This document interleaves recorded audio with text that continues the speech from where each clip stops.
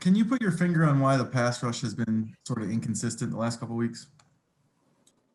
I think that some of it is because of the quarterbacks we're playing. I mean, if you look at Ben, he's one of the fastest to get the ball out of his hands. I think there was roughly in a little bit over 10 plays that were over 2.5. So I think he got the ball. He's at least sacked quarterback in the league, I believe, or one of the least sacked. So that has something to do with it. Then a couple of weeks before that, we played Deshaun a couple of times, and we got to him a few times, but he has the ability to escape. I want to say that our interior pass rush is doing a good job, and we've had some good chances on the outside as well. We just got to keep chopping wood there. Zach Kiefer. Matt, whether it was Sunday watching the game or Monday watching the film, why was your defense not able to adjust in the second half and slow down that passing attack? Yeah, I would say that if you look at it on a case by case basis, we come out of in the third quarter, they get a couple of plays on us, and we'd have a nice goal line stand down there, and then we punt the ball into a short field there, which is 39 yards, and we don't give it a big chunk up. So that was a shot ball that we ended up, have to contest and be on top of. And from there we had a couple penalties, that I always say that penalties are about discipline, and judgment and self-control.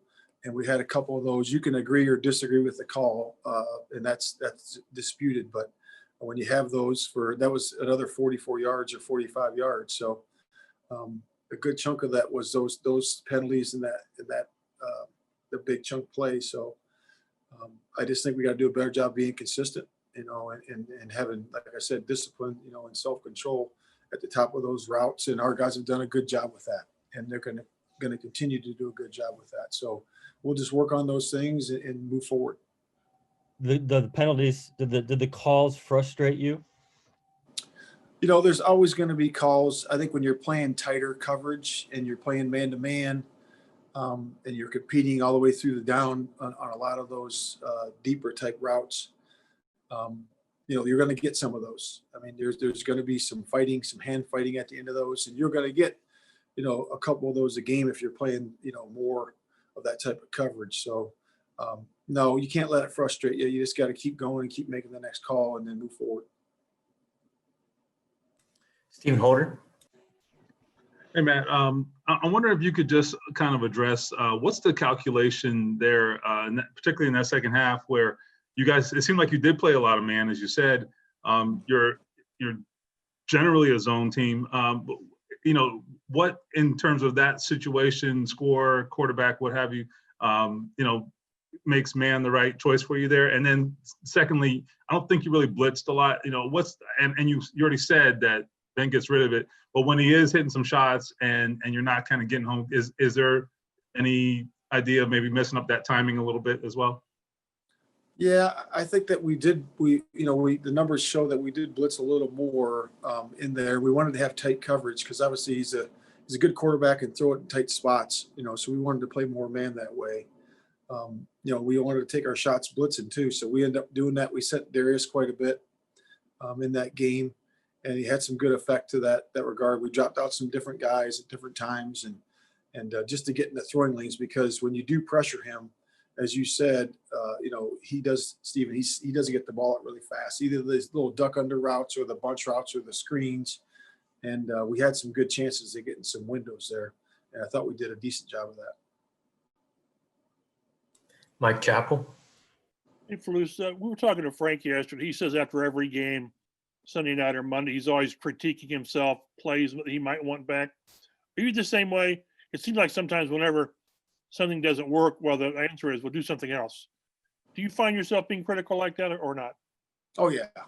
That's a play caller's. That's you. As soon as you make a call, you're reviewing it, and then it's say, okay, if it worked, okay, great. If it doesn't work, and then you see a pattern, then you're like, well, we're going to adjust to go to something else. And you always have contingency plans. I think when you're calling it on defense, you're always, you got to wait for the personnel. So you don't really know what you're going to call because you're waiting for the personnel to come. And that comes in at about 25 seconds or so, and then you got 10 seconds to make your call. And sometimes it comes in later than that. Sometimes you have, because the mic shuts off at 15, so sometimes you're at 5 seconds and you're making your call. So, and then you're always evaluating that, and you always wish you had a few plays back.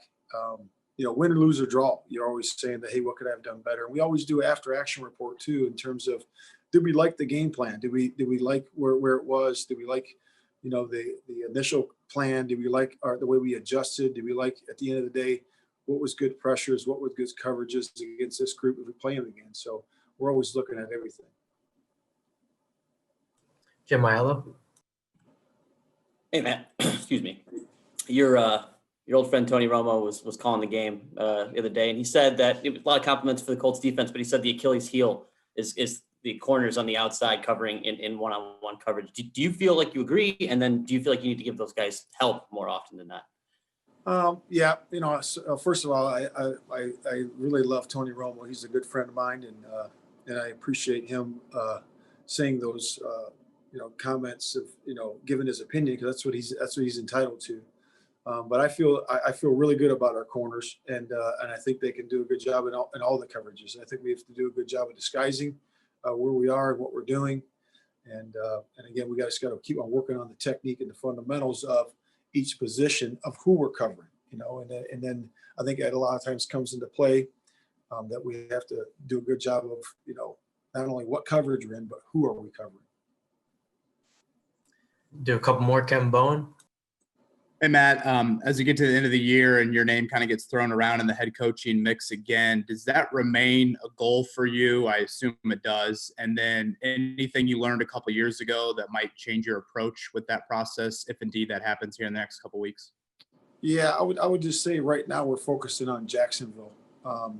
Obviously those things are, it's just like the question was asked about, a player or players last week about, Pro Bowl, all pro, all those things. And I think that, I'm just going to reflect on what Coach Frank said. And he said that, hey, we're focusing on team goals, and we're focusing on what we're trying to get done right here and right now. And that's what we want to focus on. That's what my focus is.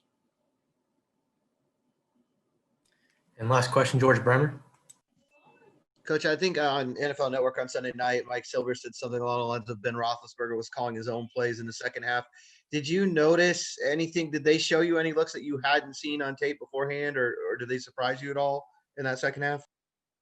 No, we've played these guys a lot over the last few years, even with the team I was at. So I didn't see any looks that were new. And I did hear that, around second way that he was calling his own plays, and I didn't notice anything. The guys on the field didn't say anything or notice anything after the game, so it was pretty much who they were.